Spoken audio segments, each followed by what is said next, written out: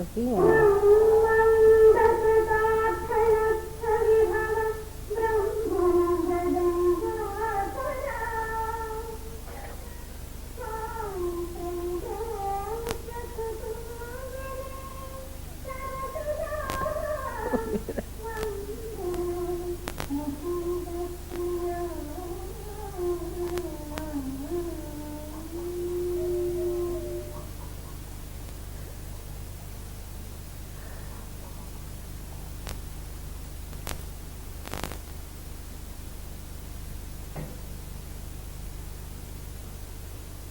That's not the one. That's all about me.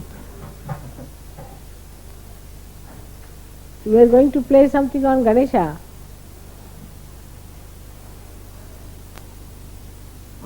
Not possible, let it be.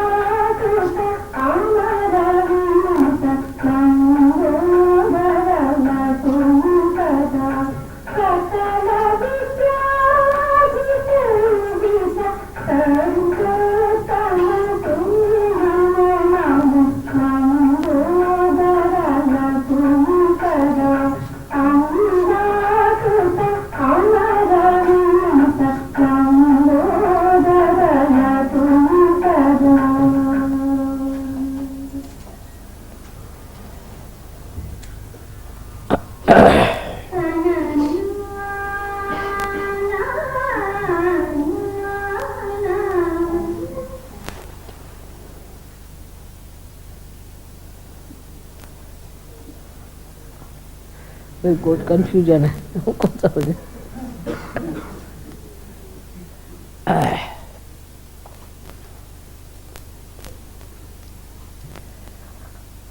The first, we bow to Sri Ganesha.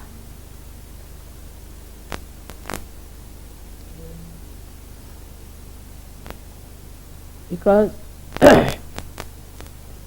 Sri Ganesha is the source of innocence within us. So actually we bow to innocence within us.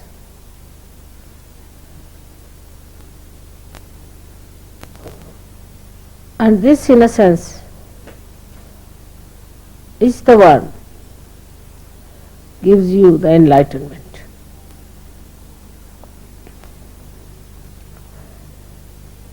As I told you yesterday, the light has innocence. But this is innocent without knowledge. But your light is innocent with knowledge. We always think that the people who have got knowledge can never be innocent, can never be simple. And the idea we have got about innocence is that an innocent person is always deceived, can be befooled, and can be always taken for granted. But innocence is a power. It is a power which protects you, which gives you light of knowledge. Knowledge that we have in the worldly sense is how to exploit others, how to cheat others, how to make money out of them, how to make fun of others, how to look down upon others.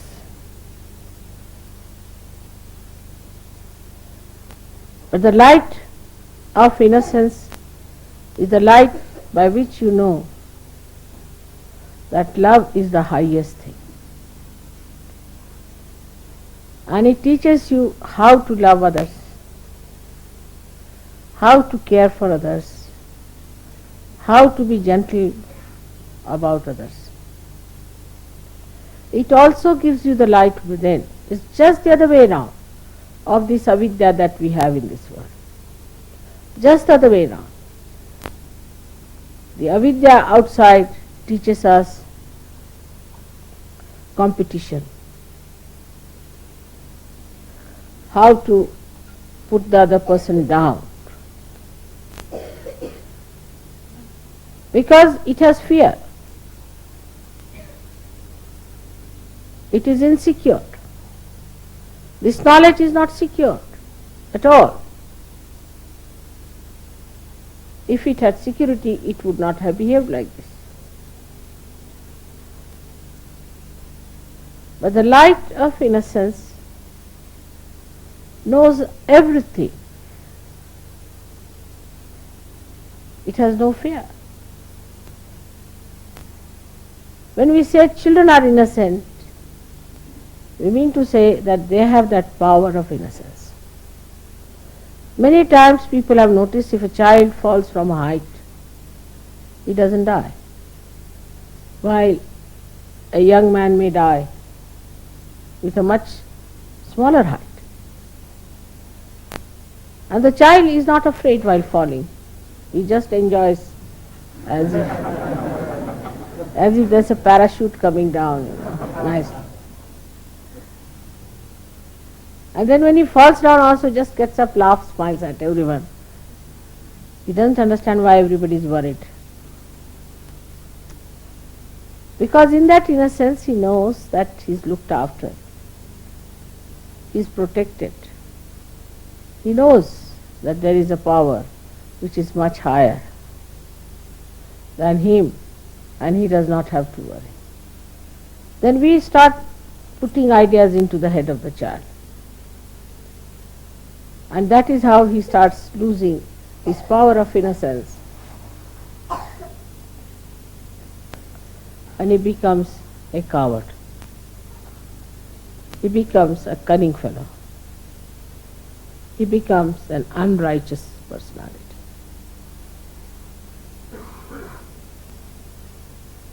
But still we would say that the innocence of children is innocence of ignorance, in a way, because they do not know the dangers of life. But the light of innocence knows all the dangers and also knows how to get rid of it, also knows how to be away from such a person.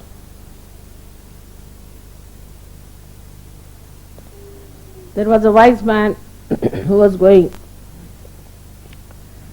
on a staircase. And there was a stupid man coming from the other side, foolish man. So foolish people are always aggressive. That is one of the signs, because they have inferiority complex. So the foolish man says to the man who was coming up, he says, one had to move on one side. So he says, I don't move for fools, the foolish one says. So the wise man says, I do, and he moved.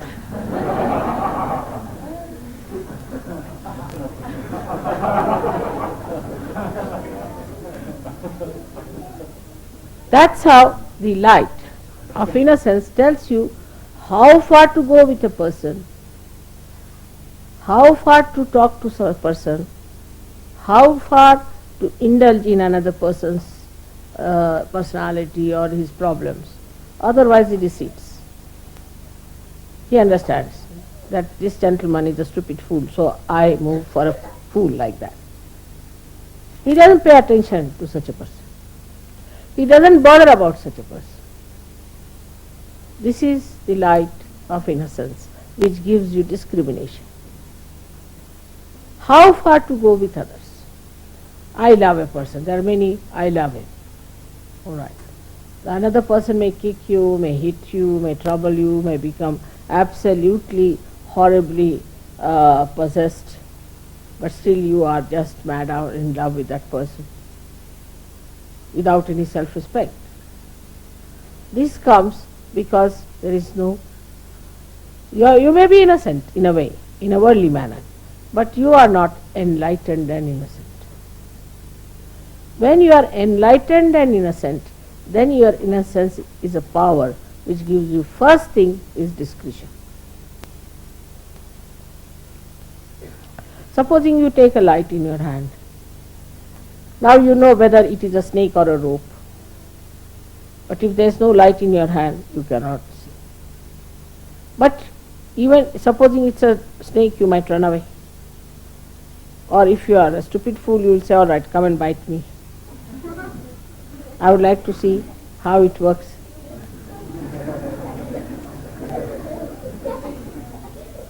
Children are there.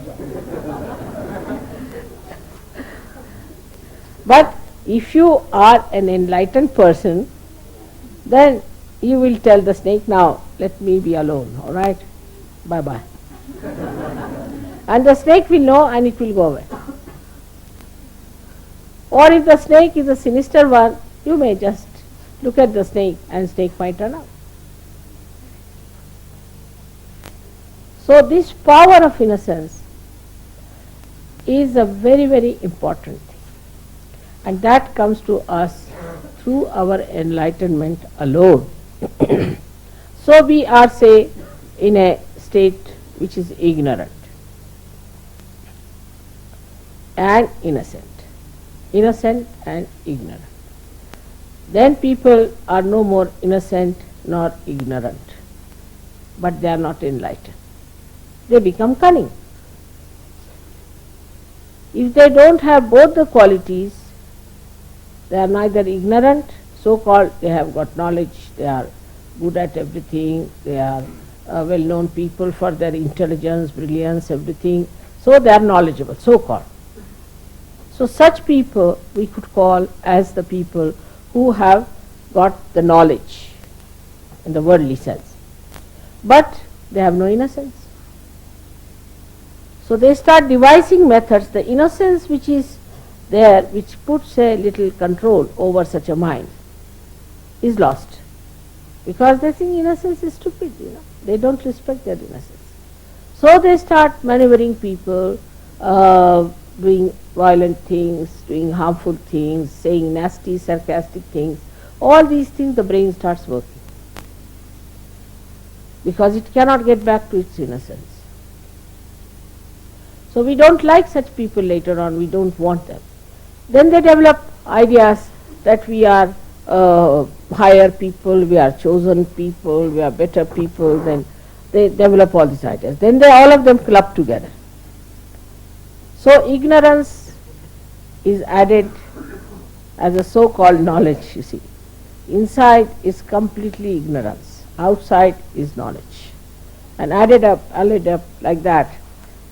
They do not want to seek there inside. And they are satisfied with their outside so-called knowledge. And they go ahead with it, and once they break their heads, then they realize, oh God, what was it? Inside is all darkness. We cannot live with all the windows closed hermetically and the sun shining outside. We have to have light inside to see for ourselves what are we, what are our powers, how far we can go, how we are working out ourselves, our lives, our aims. Now the enlightenment, as the enlightenment you see here is of these lights, is manifested within you. as vibrations, as Chaitanya, as light. So the Chaitanya itself is the light. But the difference between this light and that light is such that this one will only tell you as far as your eyes are concerned. It will tell you that it is a stone, or it is a wood, or it is a house, or it is a face of a man, anything is light. But it won't be able to tell you whether this person is good or bad, whether this house is vibrated or not, is auspicious or not. So it doesn't give you auspiciousness, the idea of auspiciousness. So we are talking of Ganesha's innocence, which gives us sense of auspiciousness, and ourselves also makes us auspicious. This is how the Chaitanya itself is enlightenment. Chaitanya itself is enlightenment. It relates to you all the knowledge which it has. Now imagine what a micro arrangement it is. That the Chaitanyas which are small, small, like you can say little round valayas, small, small ones, they have intelligence in them and discretion built in them to tell you whether a person is good or bad. You have got it, Sahaja so in a simple way. So we have not bothered to find out what your computer has got. It has got the knowledge. Now to know not only if the person is good or bad, but what troubles that person has got. Now this light can go up to one dimension of a person, how he looks, how he walks, everything. And if you start imagining something, if you start imagining and saying that I feel this way, I think this way, not all right. Huh? You can't hear me? Huh?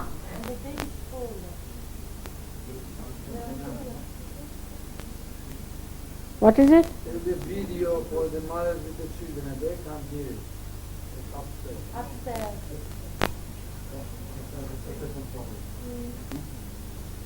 I didn't hear. What is it? There's a children's room upstairs for children with a video for children and mother, but they cannot hear it. There's another problem. It's nothing to do with it. Oh, I see. But the children are here. Oh God. Somebody has to go and fix it up, isn't it?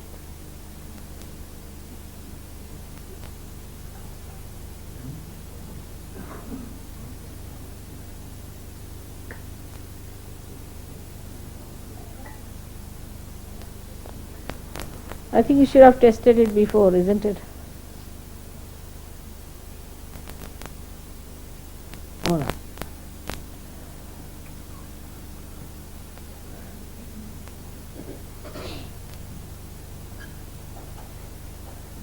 So the Chaitanya that is within us, which is flowing out, which we are receiving from all over, is all pervading, is in every molecule pulsating,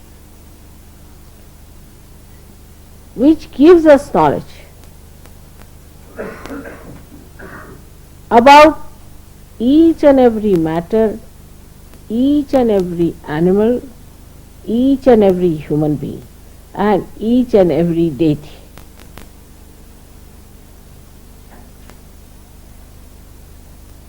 Without this light, you could not have recognized me. You could not have recognized any deities. You could not have known your position in life and your aims in life. You would not have known what is your purpose of life. Why are you here? Are you here just to make some money, put some in the insurance, some in the shares? Of course, now nobody will do that. And get some house and dance on the fingers of your wife, or the wife has to dance as the dictates of the husband. To bring up children somehow. Are you here for that? This Chaitanya tells you very clearly, no. Because if you get more involved into these things and become completely cut off from the collective happenings, then this light goes off. As soon as this light gets disconnected, you can't have any light.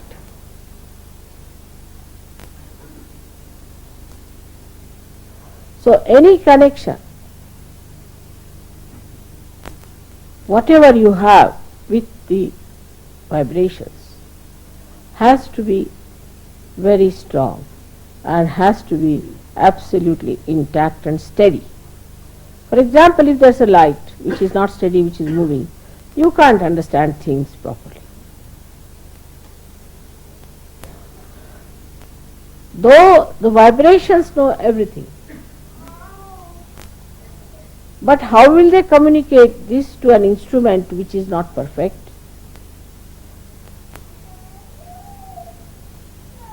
Which does not respect vibrations, which does not communicate with the vibrations. Please take the child out. Don't try to push the... No, don't do that. No, don't. I should not lose temper with children, you know. They are crying, they must be wanting something.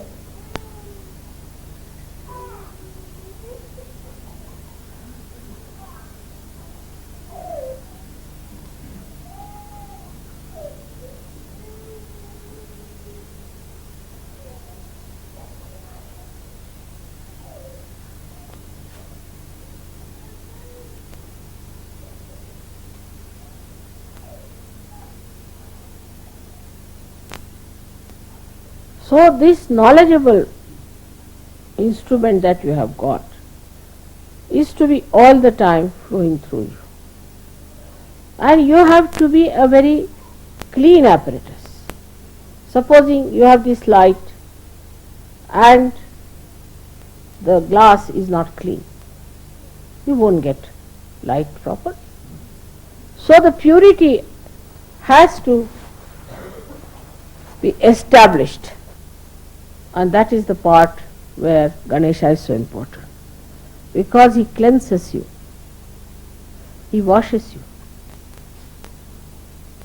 But you become innocent because you do not plan or think of harming anyone who is a good person, who is a nice person. It becomes innocence because it is auspicious. You start becoming auspicious. Wherever you go and you meet somebody, that person feels, oh God, today something good has happened in our family. Something good has come up.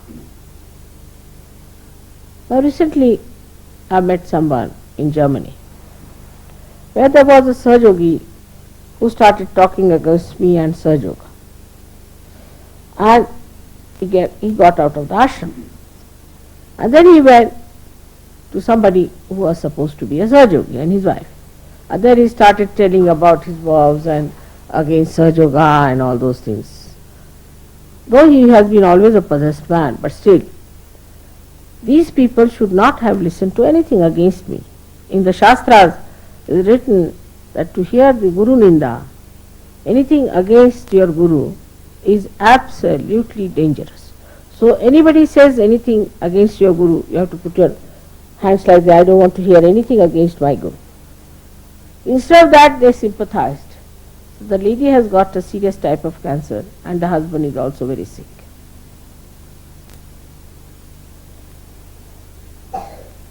Now one has to understand that if you are going to cross this ocean in a boat, all of us are there, and one wants to put one foot into the mouth of a crocodile, how can we save such people? Then it's better that they should go to the crocodile than to the boat. But those who try to sympathize and put another foot in the crocodile, then they have to be in trouble.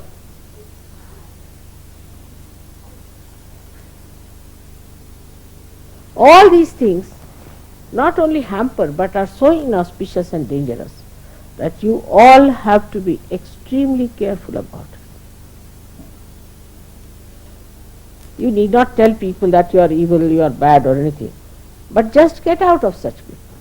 Have nothing to do with them. You should say, we are sorry, we can't do anything about it. You do what you like. It's not our responsibility. And there you should not be weak. You should not feel embarrassed or delicate about it. Tell them off, nothing doing. We cannot help you here. We are sorry, you work it out yourself. Because this light is a light which nourishes you and strengthens you. The light of the Spirit must give you that strength within you. You become a strong personality. You become a personality which can withstand lots of things, even crucifixion, but it can also fight. It has all the qualities built within itself. Like a person who has a temper. No, it's not a very good person to be with temper. It's not good for a surgeon to have temper. But if somebody says something to you against your mother, you have to have temper. That's the place we have to use temper. You can box that person, doesn't matter.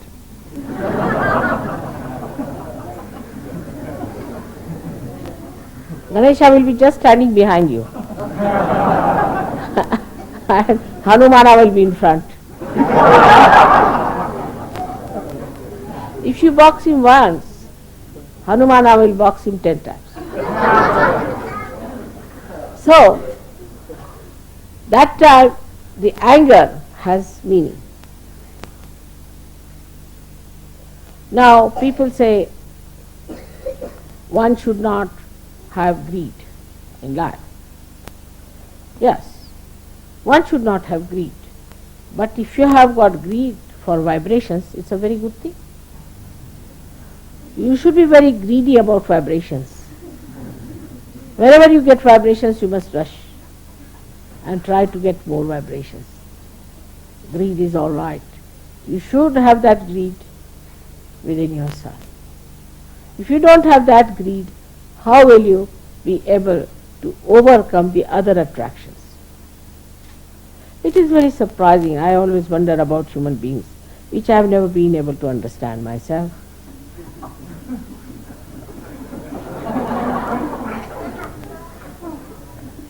That when it comes to hatred, they are the best.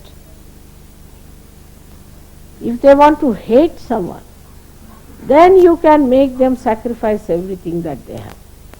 Under the name of God, under the name of nation, under the name of anything whatever you want. You just have to say that we have to hate someone. Immediately they'll gather round. They'll pass through all kinds of ordeals, sacrifice everything, go to jails, they will kill themselves, commit suicides, just if you tell them we hate someone. Or else you have to say that we are a great nation, something very big, and these are bad nations. So we have to fight. They will do.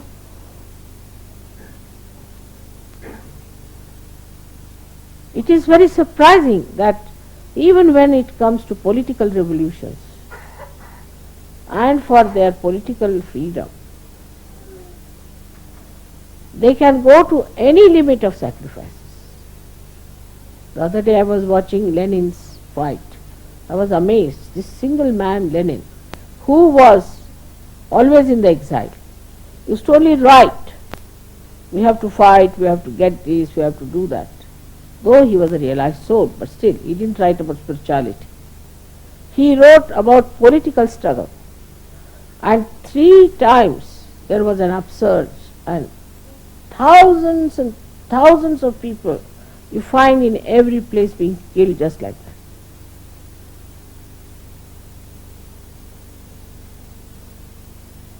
It is very surprising. Now don't fan. You see, while I'm talking, you should not fan, disturbs. But pay full attention.